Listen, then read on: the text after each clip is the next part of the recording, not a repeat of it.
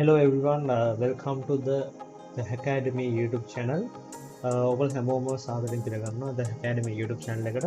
ඉතින් මේ YouTube channel එකෙන් අපි කරන්න යන්නේ අපේ ශ්‍රී ලංකන් cyber security community එකට join වෙලා ඉන්න සහ join වෙන්න කැමති සියලු දෙනාටම විශේෂයෙන් beginner level එකේ ඉන්න සියලු දෙනාටම සපෝට් එකක් දෙන්න තමයි මේ channel එකෙන් අපි කරන්න යන්නේ. ඉතින් අපි කිව්වා වගේ beginner කෙනෙක්ට කොහොමද මේ cyber security field එකට එන්න පුළුවන්, ඒ වගේම විශේෂයෙන්ම මේ ethical hacking කියන area එකට කොහොමද join වෙලා එයාගේ skill එක develop කරලා මේ field එකේ grow වෙන්නේ කොහොමද කියන එක ගැන තමයි අපි කතා කරන්නේ. ඉතින් අපි වැඩියෙන්ම මේකෙදී practical side එකට තමයි අපි focus කරන්නේ.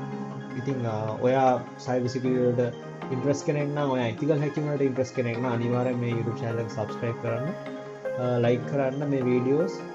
එතකොට ඒක මටත් support එකක් මේ channel එක grow කරන්න.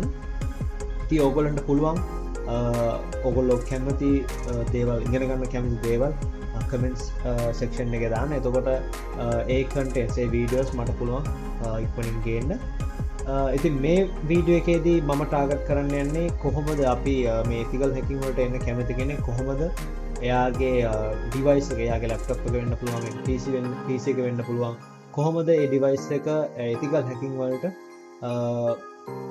හරියන environment එකක් හදාගන්නේ කොහොමද කියලා තමයි අපි මේ වීඩියෝ එකේදී කතා කරන්න යන්නේ. හරි, මුලින්ම අපිට අපේ මේ device එකේ environment එකක් හදාගන්න, ethical hacking වලට environment එකක් හදාගන්න අපිට යන්න පුළුවන් options දෙකක් තියෙනවා. ප්‍රධාන options දෙකක් තියෙනවා. අපි බලමු මේ දෙක මොනවද කියලා. මුලින්ම අපි මේ Kali Linux official website එකට යමු.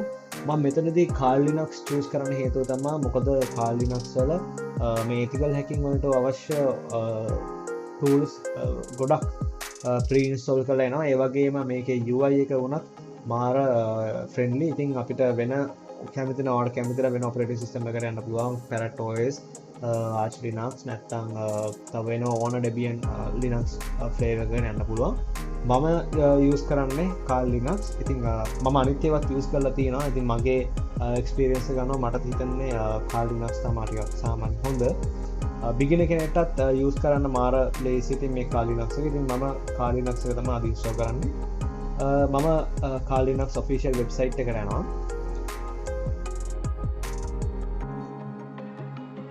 අපි මේ kali.org කියන site එකට තමයි දැන් යන්නේ. ඉතින් ඔබට බලන්න පුළුවන් මේක ලස්සන website එකක් තියෙනවා. මේකේ මේ get Kali කියන option එකට ගියාම තමයි අපිට ඒකේ Kali එකේ ඒ file එක download කරගන්න පුළුවන් වෙන්නේ. ඉතින් ඔයගොල්ලෝ පේනවා ඇති මෙතන choose your platform කියලා එනවා, choose your Kali කියලා එනවා. ඒ කියන්නේ අපිට මෙතන ඒගොල්ලෝ options දීලා තියෙනවා 8ක්. දැන් අපිට පුළුවන් මේ 8න් කැමති එකක් choose කරන්න. ඉතින් මෙතන ඒගොල්ලෝ වුණත් මෙතන recommend කරන්නේ අපිට මේ installer images කියන එක සහ මේ virtual machines කියන options දෙක. ඉතින් මම මේ දෙක ගැන පොඩි දෙයක් කතා කරොත් මේ installer images එකේදී හම්බෙන්නේ අපිට ISO file එකක්. ඉතින් ඒක අපි මොකක් හරි pen drive එකකට write කරලා තමයි අපේ pen drive එක through install කරන්න වෙන්නේ. එතකොට ඒකේ වාසිය සහ අවාසිය දෙකම තියෙනවා. ඉතින් වාසියක් තමයි අපිට computer එක අපේ device එකේ full resources use කරන්න පුළුවන්. අපිට මේකේ තියෙන 8GB RAM නම්, අපිට මේකේ GPU එක 12GB නම්, එතකොට processor එක 8 cores නම් අපිට මේ ඔක්කොම resources ඒ විදිහටම use කරන්න පුළුවන්. අපි virtual machine එකක මේක run කරනවා නම්, Kali එක run කරනවා නම් අපිට හම්බෙන්නේ මේ හැම එකකින්ම කොටස. එතකොට අපි ගත්තොත් අපි 8GB RAM එකක් තියෙනවා නම් අපිට 8GB RAM එකම use කරන්න බෑ. මොකද එතකොට අපේ host machine එක, මේ අපේ Windows machine එකට ඒ RAM ප්‍රමාණයක් අපිට අවශ්‍ය වෙනවා. ඉතින් ඒ වගේ මේ දෙකේම වාසිය අවාසිය තියෙනවා. දැන් අපි install images එකේ අපි අවාසිය ගැන කතා කරොත් මේක ඇත්තම කිව්වොත් මේකේ errors පොඩ්ඩක් වැඩි. ඒක මම නම් කියන්නේ user experience එකෙන්. දැන් example එකක් විදියට මේක අපි dual boot කරන්න වුණාම සමහර විට මේකේ BIOS වල පොඩි ප්‍රශ්න එනවා. එතකොට ඒවා fix කරන්න ගියාම මාර විදියට වෙලාව යනවා. ඉතින් අපි virtual machines වල ගත්තොත් ඒ වගේ ප්‍රශ්න අඩුයි. මොකද අපි මේක වෙනම install කරන්නේ virtual environment එකක. මොකද එතකොට අපි අපේ operating system එක උඩ තමයි මේක run වෙන්නේ. එතකොට ගොඩක් errors අඩුයි. ඒ වගේම මේක snapshot වගේ features තියෙන හින්දා මොකක් හරි ප්‍රශ්නයක් වුණත් අපිට reverse කරගන්න පුළුවන්. ඉතින් මේ වගේ මේකේ දෙකේම pros සහ cons තියෙනවා. ඉතින් අපි මෙතනදී choose කරන්නේ මේ virtual machines කියන option එක. මම මේ ඔප්ෂන්ස් දෙකේම යූස් කරලා තියෙනවා. මම cyber security වලට join වුණාට පස්සෙත් මම මුලින්ම යූස් කරේ මේ install images කියන ඔප්ෂන් එක. ඒ වුණාට මම 2 years විතර යූස් කරද්දි මට තේරුණා ටිකක් මේක වෙලාව ගොඩක් වැය වෙන සහ මහන්සිය ගොඩක් වැය වෙන දෙයක් හින්දා මට හිතුණා මේ virtual machine කියන ඔප්ෂන් එක තමයි හොඳ කියලා. ඉතින් මම මේ වීඩියෝ එකෙදිත් පෙන්වන්නේ ඔයගොල්ලෝ කොහොමද මේ virtual machine එකක් විදියට අපේ ලැප් එකට අපේ device එකට අපේ PC එකට කොහොමද Kali Linux install කරගන්න කියන එක. ඉතින් අපි මෙතන මේ virtual machine කියන option එක click කරාම අපි මෙන්න මේ site එකට තමයි redirect වෙන්නේ. ඉතින් ඔයගොල්ලන්ට පේනවා ඇති මෙතන අපිට platforms හතරක Kali Linux files download කරන්න පුළුවන්. VMware, VirtualBox, Hyper-V, තව මේගොල්ලෝ introduce කරලා තියෙන අලුත් Kali version එකක් මේ අලුත් platform එකක කලින් තිබ්බේ මේ VMware එකයි VirtualBox එකයි විතරයි. ඊට පස්සේ Hyper-V එක ආවා. ඊට පස්සේ මේ ළඟදී තමයි මේ QEMU කියන option එක ආවේ. ඉතින් මේ හතරෙනුත් මම නම් use කරලා තියෙන්නේ මේ VMware සහ VirtualBox කියන option දෙක විතරයි. ඒ දෙකම සාමාන්‍යයෙන් parallelly හොඳයි. ඉතින් අපි දැන් VMware වගේ එකක් use කරනවා නම් අපිට VMware play එක දාගෙන මේක run කරන්න පුළුවන්.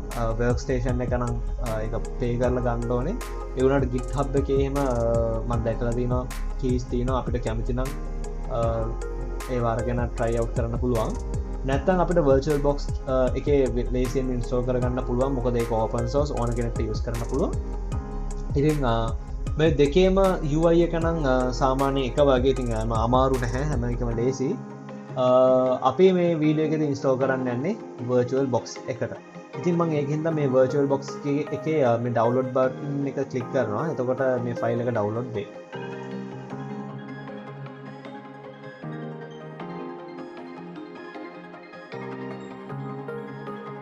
හරි.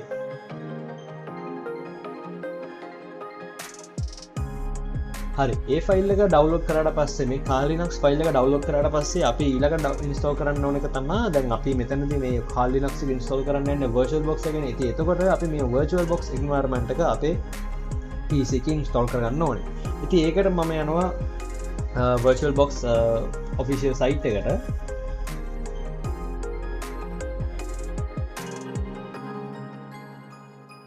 දැන් මම මේ වගේ මේ virtualbox.org කියන site එකට ගියාම මෙතන ඔයගොල්ලන්ට පේනවා ඇති එච්චර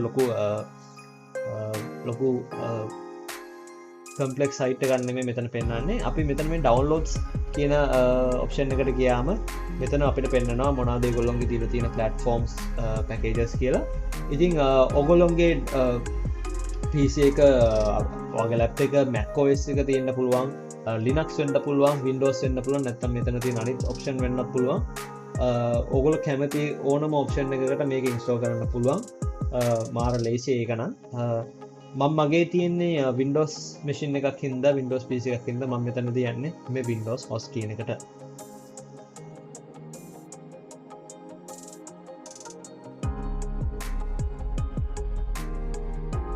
හරි, දැන් මේ දෙකම ඩවුන්ලෝඩ් කරාට පස්සේ අපි ඊළඟ ස්ටෙප් එක තමයි අපි මුලින්ම කරන්න ඕනේ අපේ මේ VirtualBox එක අපේ PC එකට ඉන්ස්ටෝල් කරගන්න එක. අපි දැන් ඒක කරන්නේ කොහොමද කියලා බලමු. හරි, දැන් මම මෙතන මේ ෆයිල්ස් දෙකම ඩවුන්ලෝඩ් කරලා තියෙන්නේ VirtualBox එකයි Kali Linux ෆයිල් එකයි. ඔයගොල්ලෝ පේනවා ඇති Kali Linux කියන අපිට දීලා තියෙන්නේ 7-zip ෆයිල් එකක්. ඉතින් ඒකට ඒක එක්ස්ට්‍රැක්ට් කරන්න මම ඉන්ස්ටෝල් කරනවා යූස් කරනවා WinRAR software එක. ඉතින් මම මෙතන WinRAR එකේ මේ extract to Kali Linux කියන එක තමයි choose කරන්නේ. හරි, එතකන් මම ඒක extract වෙනකන් මම මේ VirtualBox එක මගේ PC එකට install කරගන්නවා. ඒක මම double click කරාම තමයි install කරගන්න පුළුවන්.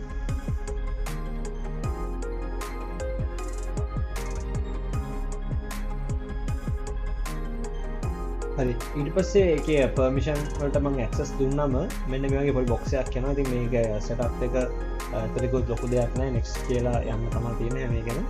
ඉතින් මම මේ හැම option එකකටම next දෙනවා. මේකේ location එකත් මම මගේ C drive එකම දෙනවා. ඊට පස්සේ මෙතනදී network interface කියන warning එකක් දෙනවා. මම ඒකත් proceed කරනවා. දැන් මේක install වෙනවා. හරි දැන් මෙතන අහනවා start Oracle VM VirtualBox 7.0.10 after installation මම මේක off කරනවා මොකද තාම මගේ Kali Linux එකේ install extract වෙන හින්දා මම මේක finish කරනවා දැන් මේ Kali Linux file එකත් extract වෙලා ඉවරයි දැන් අපි මේ VirtualBox එක open කරගමු අපේ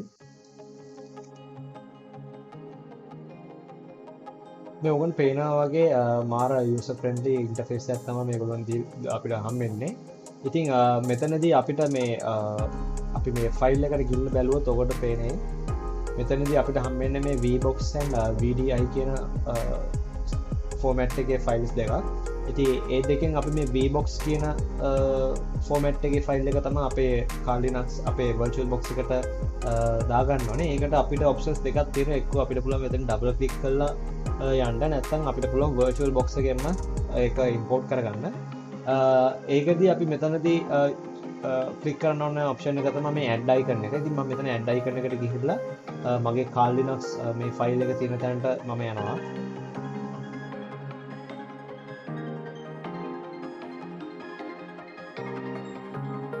ඔකට පේනවා ඇති මේ තියෙන VBox ෆයිල් එක මම මේක double click කරලා මෙතනට import කරගත්තම ඔකට පේනවා ඇති මේ විදිහට තමයි පෙන්නන්නේ. ඉතින් මම මේකේ settings වලට ගියාම පොඩි දෙයක් පෙන්නන්නම් ඔයගොල්ලන්ට. මෙතනදී අපිට හම් වෙනවා මේ left side එකේ main options වගේක් ඒ වගේම ඒ right hand side එකේ ඊට අදාළ sub options වගේක් හම් වෙනවා. ඉතින් මෙතනදී අපිට අපේ මේ virtual machine එක rename කරගන්න ඕන නම් පුළුවන්. මෙතනදී මේ අපි shared clipboards and drag and drop කියන options අපිට මෙතනදී edit කරගන්න පුළුවන් ඕන disable enable කරගන්න පුළුවන් මෙතනදී ඒ වගේ මෙතනදී අපිට description එකක් දාගන්න පුළුවන් ඒ description එක තමයි මෙන්න මෙතන පල්ලෙහා පෙන්නන්නේ මෙතන ඉතින් මෙතන නම් මේ username password එහෙම මෙතන ඒගොල්ලෝ පෙන්නලා තියෙනවා ඊට අමතරව අපේ මේ VBox එක අපේ මේ virtual machine එක අපිට encrypt කරගන්න ඕන නම් ඒකත් මෙතනින් කරගන්න පුළුවන් ඊට අමතරව මෙතන මේ සිස්ටම් කියන එකට ආවම අපිට ගොඩක් වැදගත් දේවල් බලා ගන්න පුළුවන් වෙනවා විශේෂයෙන් අපිට අපි මේ virtual machine එකට කොච්චර RAM එකක් දෙනවද කියන එක අපි මෙතනින් decide කරන්න පුළුවන් default ඒගොල්ලෝ දීලා තියෙන්නේ 2GB RAM එකක්. ඉතින් මම ඒ ගානම එහෙමම තියෙනවා. ඊට අමතරව අපි processor එකට ගියොත් මේගොල්ලෝ මගේ 8 core processor එකක් තියෙනවා. ඉතින් ඒගොල්ලෝ මෙතනින් 2 cores දීලා තියෙනවා අපේ මේ virtual machine එකට. ඒ වගේ මෙතනදී acceleration එක දීලා තියෙනවා. ඉතින් මම ඒ settings එහෙම වෙනස් කරන්න යන්නේ නැහැ. ඒ විදිහටම තියෙනවා. display එකට ගියාම ඔයගොල්ලෝ පේනවා ඇති මෙතන මේ VirtualBox එකේ තියෙන එක limitation එක තමයි ඒගොල්ලෝ අපිට දෙන්න පුළුවන් maximum video memory එක තමයි 128 megabytes. අපි VMware වගේ use කරනවා නම් අපිට 2GB වගේ දෙන්න පුළුවන් අපේ video memory එක. ඒ වුණාට ඒක අපිට ප්‍රශ්නයක් වෙන එකක් නැහැ. ඉතින් මම මේ setting එකත් ඒ විදිහටම තියෙනවා. තව අපි මේ ස්ටෝරේජ් එකට ගියොත් අපිට බලා ගන්න පුළුවන් අපේ virtual machine එකට අපි කොච්චර අපේ PC එක පැත්තෙන් අපි host device එක පැත්තෙන් කොච්චර අපි storage එකක් දීලා තියෙනවද කියලා. ඉතින් මෙතනදී ඒගොල්ලෝ default දීලා තියෙන්නේ 80GB. ඉතින් අපි ඒක ඒ විදිහටම තියමු. අපිට පස්සේ ඕන නම් මේක වැඩි කරගන්න පුළුවන්. ඊට අමතරව මෙතනදී අපේ audio සහ network cards වල අපිට settings මෙතන වෙනස් කරන්න පුළුවන්. ඉතින් මෙතන ඒගොල්ලෝ අපි default අපිට දීලා තියෙන්නේ network එකක් කොහොමද මෙතන හදාගන්න කියලා. ඉතින් අපිට කැමති නම් මෙතන net කියන option එක use කරන්න පුළුවන්. bridge adapter internal network එකක් විදිහට use කරන්න පුළුවන්. host only adapter use කරන්න පුළුවන්. තව මෙතන options ගොඩක් තියෙනවා. අපි ඉස්සරහට අපි ඒක ගැන කතා කරමු. ඉතින් ඔයගොල්ලෝ පේනවා ඇති මෙතන තව options ගොඩක් තියෙනවා. අපි ඒ options ගැන අපි ඉස්සරහට කතා කරමු අනිවාර්යෙන්. ඉතින් මම දැනට මේක okay කරලා මේ virtual machine එක අපි start කරලා බලමු.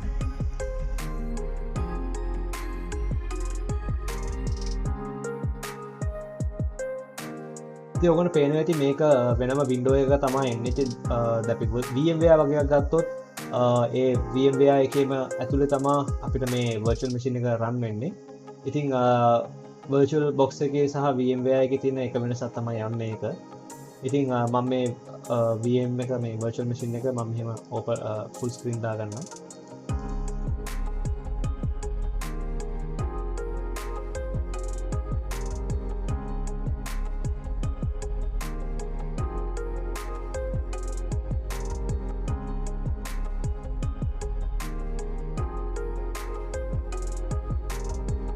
ඉතින් අපි මෙහෙම ගේන්න අපි මුලින්ම අපේ මෙතන ලොගින්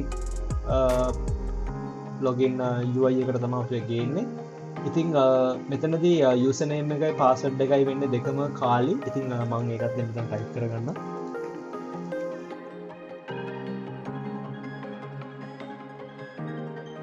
දැන් මේක අපිව ඩෙස්ක්ටොප් එකකට අනිවාර්යෙන් අරගෙන යන්න ඕනේ. හරි. ඉතින් මෙහෙම පොඩියට තමයි ස්ක්‍රීන් එක මුලින් පෙන්නන්නේ. ඉතින් අපිට මේක ෆුල් ස්ක්‍රීන් දාගන්න මේ view කියන බටන් එකට ගිහිල්ලා ෆුල් ස්ක්‍රීන් මෝඩ් එක මේක ක්ලික් කරාම මේක ෆුල් ස්ක්‍රීන් වෙනවා. ඉතින් ඔයගොල්ලන්ට පේනවා ඇති මාර ලස්සන යූසර් ඉන්ටර්ෆේස් එකක් තියෙන්නේ. ඉතින් මේක ඇත්තම කිව්වොත් මේකේ යූසර් ඉන්ටර්ෆේස් જાති දෙක තුනක් තියෙනවා. ඉතින් මේ තියෙන්නේ එකක් විතරයි. තව එකක් තියෙනවා genome කියලා. අපිට ඕන එකක් යූස් කරගන්න පුළුවන්. ඒකේ තියෙන්නේ පොඩ්ඩක් අර Mac feeling එක ගන්න පුළුවන් ඒකෙද. නැත්නම් තවත් අපිට ඔප්ෂන්ස් තියෙනවා. ඒවත් අපිට ඕනනම් try out කරන්න පුළුවන් පස්සේ වීඩියෝස් වලදී. ඉතින් මෙතනදී මේ තියෙන්නේ අපේ ටර්මිනල් එක. ඉතින් අපි ඔක්කොම කමාන්ඩ්ස් අපි මෙතන තමයි ටයිප් කරන්නේ. ඉතින් ඒ වගේම අපේ ෆයිල් ඩිරෙක්ටරි එකට යන්න ඕන මේ අයිකන් එක ක්ලික් කරන්න ඕනේ. ඉතින් එතනදී අපි මේ ඕපන් ෆෝල්ඩර් කෙනෙක් ක්ලික් කරපුවම මෙන්න මේ විදිහට අපිට පෙන්නනවා අපේ එක්ස්ප්ලෝරර් එක,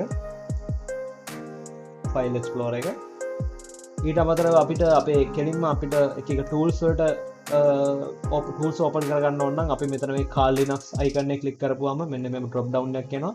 මෙතන අපිට එක කැටගරිස් වලින් අපිට ටූල්ස් බලා ගන්න පුළුවන්. ඉතින් ඔයගොල්ලෝ පේන විදිහට ගොඩක් ටූල්ස් තියෙනවා මෙතන. social engineering tools, ඒ වගේම information gathering tools, password attacks, wireless network attacks, reverse engineering වලට use කරන එක tools. මේ විදිහට ගොඩක් tools මේ Kali Linux එකේ අපිට හම්බ වෙනවා. ඉතින් අපි මේ tools ගැන අපි ඉස්සරහට අනිවාර්යෙන් කතා කරමු.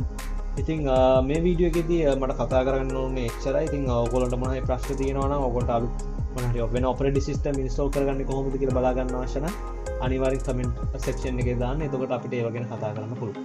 ඉතින් අපි අලුත් වීඩියෝ එකකින් අපි ආයේ හම්බ වෙනවා.